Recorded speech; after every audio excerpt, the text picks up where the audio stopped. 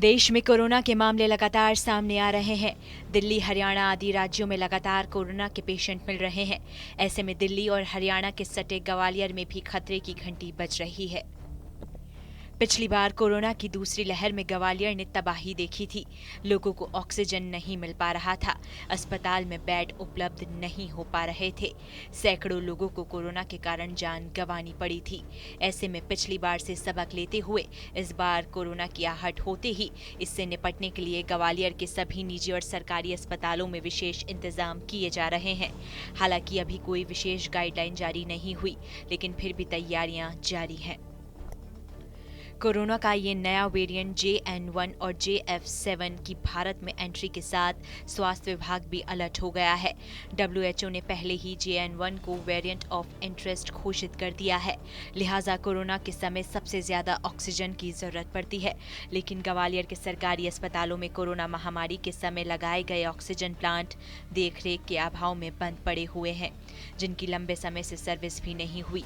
ऐसे में अब देश के कई राज्यों में कोरोना की दस्तक को देखते हुए शहर के सभी सरकारी अस्पतालों में लगे ऑक्सीजन प्लांट को दुरुस्त करने की कवायद शुरू कर दी गई है, जिसे लेकर ग्वालियर के मुख्य चिकित्सा एवं स्वास्थ्य अधिकारी डॉक्टर सचिन श्रीवास्तव ने खराब पड़े ऑक्सीजन प्लांट को दुरुस्त कराने पर पत्र लिखा है और सभी अस्पतालों के नर्सिंग स्टाफ से लेकर अन्य स्टाफ को कोरोना से निपटने के लिए अलर्ट रहने को कहा गया है। एक्चुअली क्या है कि अपने जो ऑक्सीजन प्लांट PSA प्लांट लगे हुए हैं सिविल अस्पताल हजीरा, मुरार हॉस्पिटल, मोहना और हस्तिनापुर में, चारों प्लांटों के लिए अपन ने पत्र लिखा है शासन को। जैसे कि जो अपना हजीरा वाला वो तो वर्किंग में है, पर उसमें भी कई बार प्रेशर गिर जाता है, तो इसके लिए सुधार के लिए अपन ने पत्र लिखा हुआ है। साथ ही जो अपने सिलेंडर्स थे, ऑक्सीजन सिलेंडर, उनको पूरों को रिफ़िल करा लिया जाएगा।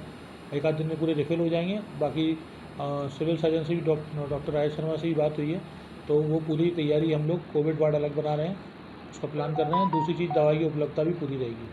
अभी क्या हालात हैं अभी जो ऑक्सीजन प्लांट लगे हुए हैं उनके? एक्चुअली क्या है, वो काफ़ी दिनों से फंक्शनल नहीं थे, तो अभी जो उनको शुरू कर दें तो उतना जिस प्रेशर से ऑक्सीजन बनना चाहिए उस प्रेशर से ऑक्सीजन नहीं बन रही है। स्क्रीनिंग के लिए कोई विशेष कमेटी या टीम ने बनाई है? अभी नहीं बनाई, अभी कोई गाइडलाइन नहीं आई अपने पास। जैसी गाइडलाइन आएगी तो अपन इसको भी करेंगे। तो फिलहाल तैयारियाँ जारी हैं? हाँ, तैयारी अपनी एक आउटलाइन तैयार कर रहे हैं। जैसे शासन से जो गाइडलाइन आएगी उसको पालन किया जाए।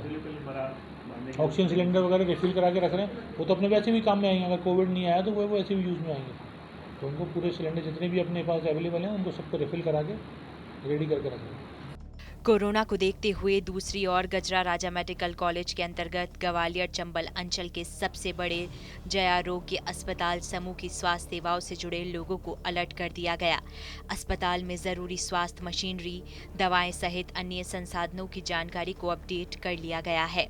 वायरोलॉजिकल लैब भी तैयार कर ली गई है। GRMC मेडिकल कॉलेज प्रबंधन में भी कोविड-19 के खतरे को देखते हुए अपनी सारी तैयारियां लगभग पूरी कर ली हैं। आवश्यक PPE किट से लेकर मेडिसिन आदि सारे इंतजाम चाक चौबंद हैं। हमारी जो वायरोलॉजिकल लैब है वो पूर्ण रूप से सुसज्जित है, जिसमें RNA एक्सट्रैक्शन से लेके RT-PCR तक की सारी मशीनें हमारे पास उपलब्ध हैं। पहले भी आपने देखा होगा कि जिस समय जब कोविड आया तो इस तरह की कोई तैयारियां कहीं नहीं होती थी। आज तो हम सक्षम हैं, हमारा स्टाफ ट्रेंड है, कहाँ कैसे उसके सैंपल कलेक्ट करने हैं, कैसे तत्परता से उसकी जांचें करनी है, जांच करने के बाद लोगों को जागरूक करने की जो कार्य है वो कैसे करना है, सावधानियां कैसे बरतनी है, वो एक दिन का काम है, तो बिल्कुल घबराने की कोई आवश्यकता नहीं है। हालांकि ग्वालियर और उसके आसपास के जिले में सभी फिलहाल कोई भी कोरोना पॉजिटिव मरीज सामने नहीं आया है और न ही कोई विशेष गाइडलाइन स्वास्थ्य विभाग के पास अभी तक पहुंची है।